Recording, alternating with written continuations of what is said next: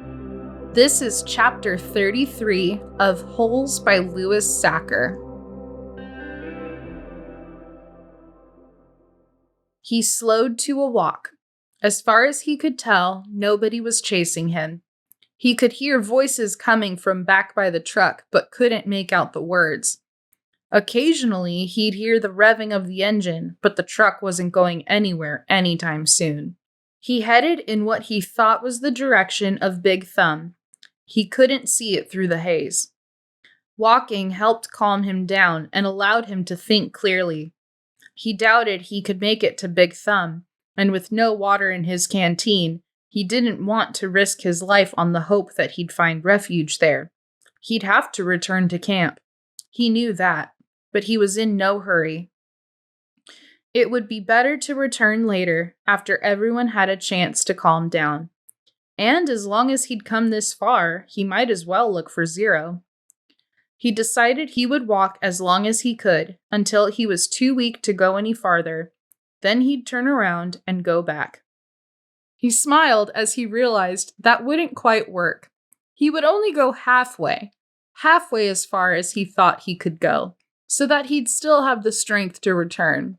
Then he'd have to make a deal with the warden, tell her where he found Kate Barlow's lipstick tube, and beg for mercy. He was surprised by how far out the holes extended. He couldn't even see the camp compound anymore, but he still kept passing holes. Just when he thought he'd passed the last hole, he'd come across another cluster of them, a little farther away. Back at the compound, they had dug in a systematic order, row upon row, allowing space for the water truck.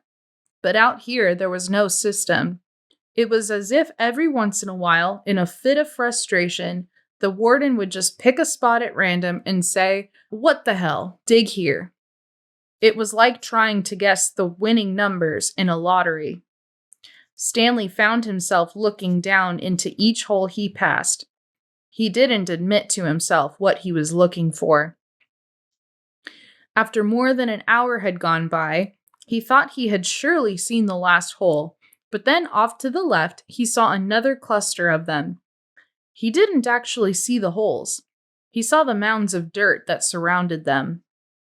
He stepped over the mounds and looked into the first hole. His heart stopped. Down at the bottom was a family of yellow spotted lizards.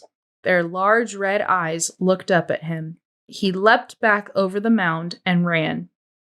He didn't know if they were chasing after him. He thought he might have seen one leap out of the hole. He ran until he couldn't run any farther, then collapsed. They hadn't come after him. He sat there a while and caught his breath. As he got back to his feet, he thought he'd noticed something on the ground, maybe 50 yards away. It didn't look like much, maybe just a big rock, but in a land of nothingness, any little thing seemed unusual. He walked slowly toward it. The encounter with the lizards had made him very cautious. It turned out to be an empty sack of sunflower seeds. He wondered if it was the same one Magnet had stolen from Mr. Sir, although that didn't seem likely. He turned it inside out and found one seed stuck to the burlap. Lunch.